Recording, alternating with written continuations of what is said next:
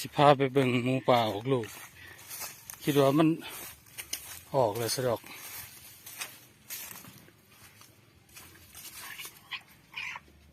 นี่ยัง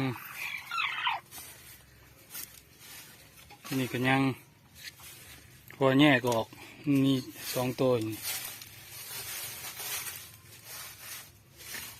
ตัวนี้นี่ผมออกกันดิ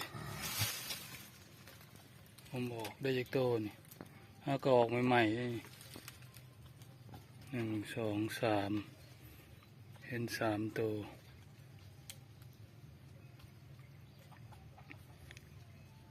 หมูป่าลูกผสมเลยนี่ออก3คือสิได้จากตัวนี่นั่นติดตามเบิ่งมืออื่นสิได้จากโตวันออก3 ตัวตื่นเช้ามาเห็นตัวเดียวโอ้ยจะว่าตายมันก็บ่จัก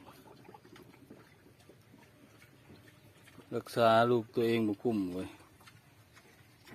โอ้ยบ่ได้แล้วนี่เหลือตัวเดียวหมูป่าเสียดายเลยนะแม่หัวสาวแม่ใหม่รักษาลูกตัวเองบุ้มเหลือตัวเดียวลูกเขี่ยบนก็บ่เห็น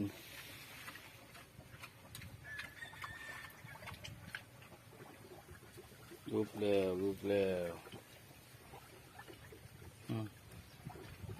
ตัวเดียว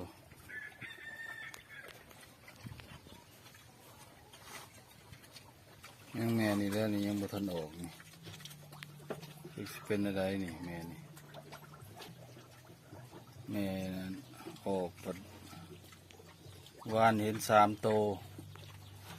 ตื่นเช้ามาเห็นตัวเดียวโอ้ยตัวนี้ก็ยังบ่ทันได้ผสมตัวนี้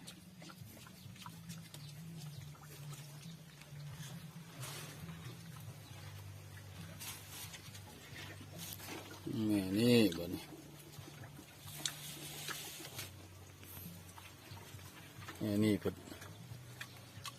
ได้ลูกวานนี่เห็น3มื้อนี้เพิ่นเห็น1เสร็จแล้วรูป